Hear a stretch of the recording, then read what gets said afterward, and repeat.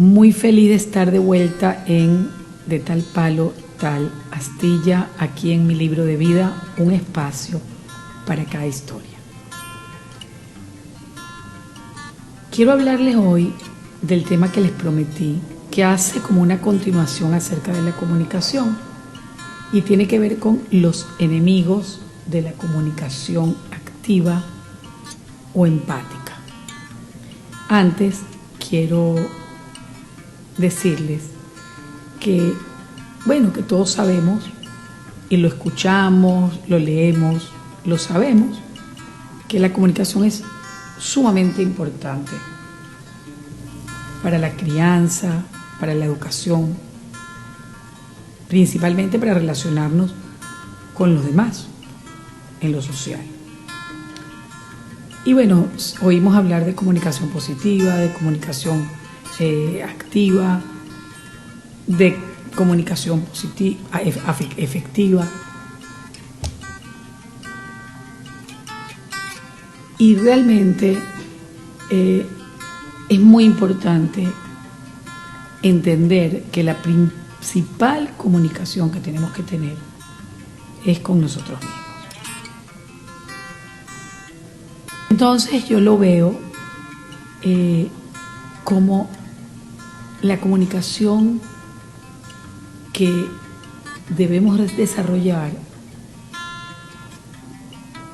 debe ser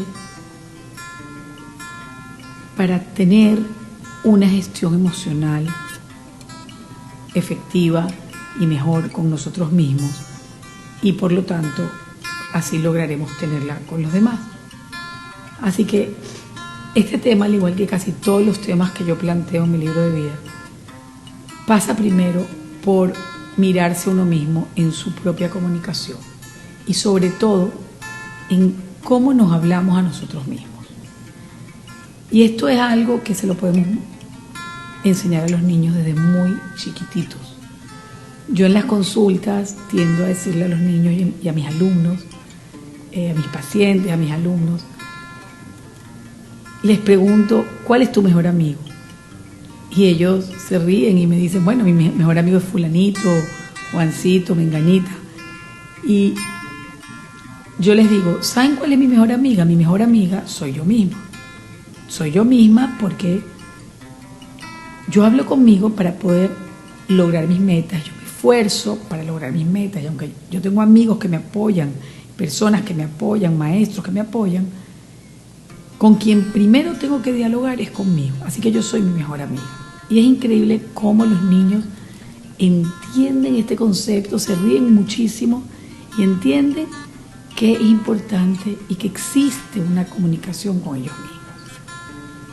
Entonces, yo quería hablarles de esto un poquito antes de entrar en materia, porque creo que si no tenemos esto en cuenta, lo demás lo dejamos como en la teoría.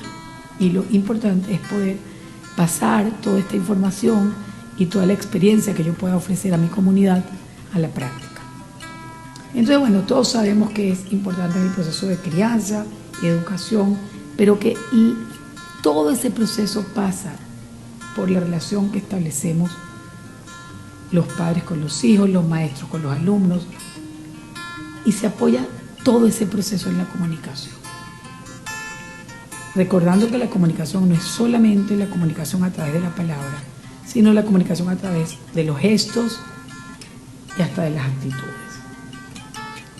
Es por ello que es importantísimo entender cómo comunicarnos de manera empática, preservar esa comunicación, disfrutar de la comunicación con nuestros hijos y mantener esa alegría siempre que debe existir en esa comunicación y en ese vínculo. La comunicación puede afianzar el vínculo afectivo de una manera gigantesca o puede también debilitarlo. Antes de comenzar con los enemigos de la escucha activa, quiero decirles que cuando hablo de escucha activa, hablo de una participación afectiva. Es decir, hablo de la empatía.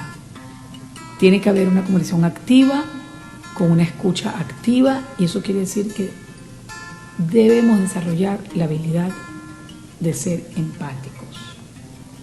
Conectarnos no solamente cognitivamente, sino emocionalmente, y ser capaz de colocarnos en el lugar del otro, aunque no sea nuestra manera de sentir o no estemos de acuerdo con lo que la otra persona sienta, en este caso nuestros hijos. Y ahí vemos cuál es el nexo y la importancia entre la comunicación y la gestión emocional. Esa habilidad de comunicarnos empáticamente se puede adquirir y se puede desarrollar en la práctica. Yo sé que a veces puede parecer muy difícil, más en los momentos que vivimos y en el corre-corre que estamos para poder solventar tantos problemas, sobre todo en la pandemia. Pero es cierto que es difícil de dominarla, esa comunicación empática, porque requiere de nosotros muchísima paciencia y tomarnos el tiempo y entender de que es un proceso y que todos estamos aprendiendo cada día. Entonces hay que desarrollar la paciencia al mismo tiempo.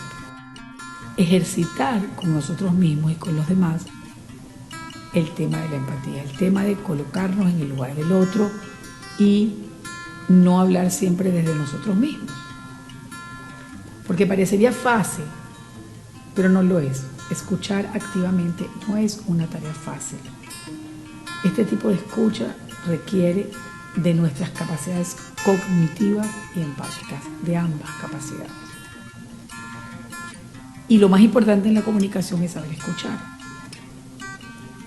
Para una buena comunicación con los hijos, es mucho más importante escucharlos que hablar mucho. Y en muchísimas ocasiones nos ha pasado a todos, estamos nosotros más pendientes de decir lo que tenemos que decir o lo que le vamos a responder al hijo antes que escucharlo. La cultura nos ha enseñado a educar desde la imposición del poder, aunque en la actualidad, teóricamente, y en muchas de las prácticas no es así, no debe ser así, aún tenemos dentro de nosotros, dentro de nuestro inconsciente, esa manera de educar. Esa manera de educar hace directamente que la empatía y la comprensión no funcionen de la misma manera. Porque si nosotros educamos desde la imposición, desde el poder, desde el yo tengo la razón, aunque tú me digas lo que me digas, entonces no estamos desarrollando la empatía. Entonces el primer elemento que tenemos que tomar en cuenta es atajarnos a nosotros mismos cuando estamos criando desde la imposición. Cuando mandamos a callar a ese hijo, a ese alumno, a ese niño, y le decimos, no, eso no es así, esto es como yo digo. En vez de escucharlos y decir, bueno, esa es tu manera de verlo, ahora escúchame tú a mí y te voy a decir mi manera de verlo y vamos a razonarlo. Si el niño ya tiene una edad para que podamos hablarles de esa manera. Aunque pienso que los niños desde muy chiquiticos se les puede hablar de una manera que se cree un diálogo y una reflexión.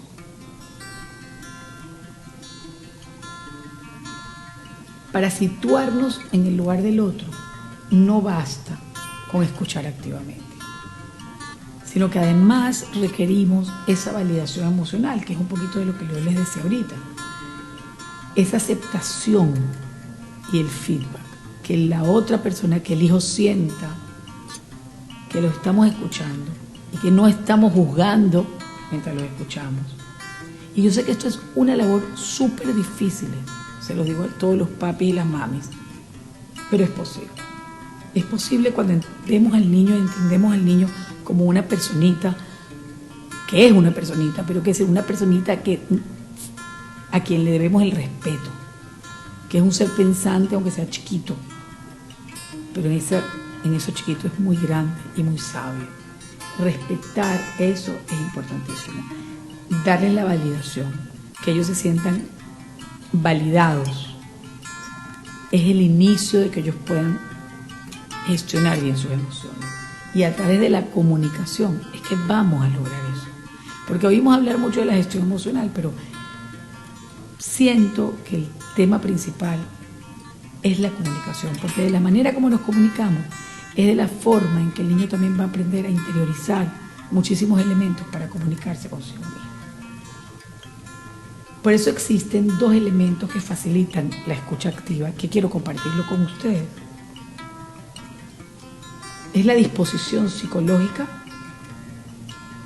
que es la preparación interna, estar en el momento presente, prestar atención constante, observar al otro, identificar el contenido de lo que se dice y los objetivos y los sentimientos. Y es muy importante identificar en ese momento los sentimientos del otro y aprender poquito a poco a ver qué nos genera es eso que estamos escuchando. Porque después podemos atajar en nosotros qué espejo está haciendo el hijo en nosotros y ayudarnos a nosotros mismos en nuestra propia gestión emocional. Y eso es una maravilla cuando sucede. Esa disposición psicológica va a tener sus efectos. Y el segundo es la expresión de que se está escuchando al otro interlocutor con comunicación no verbal. Es decir, por ejemplo, ya veo, ajá, sí, y el lenguaje no verbal, como hacer contacto visual, inclinar el cuerpo, poner a la altura del niño, expresar que sí, que te estamos escuchando, que estamos allí, que estamos presentes, sin celular en la mano, sin tecnología en la mano. Los niños se están dando mucha cuenta, se los digo porque lo veo en las consultas, lo veo en las consultas de madres e hijos, los veo en consultas por Zoom. Es increíble cómo los niños están pidiendo a los padres casi que apaga el celular. Y hay dos vertientes ahora que yo veo en la pandemia. Una es, o apaga el celular, no puedo más, o mírame, párame, hazme caso, o el niño se da media vuelta y se mete en su iPad y se mete en todas sus redes, y ahí se está cortando la oportunidad básica, que es la comunicación. Entonces, bueno, esto es muy importante entenderlo antes de hablar de los enemigos de la comunicación. Y yo estoy segura que ustedes saben cuáles son esos enemigos de la comunicación, pero es muy importante recordarlos, porque son enemigos y son obstáculos que todos tenemos y que a todos en algún momento nos han sucedido. Uno son los gritos. Los gritos no sirven.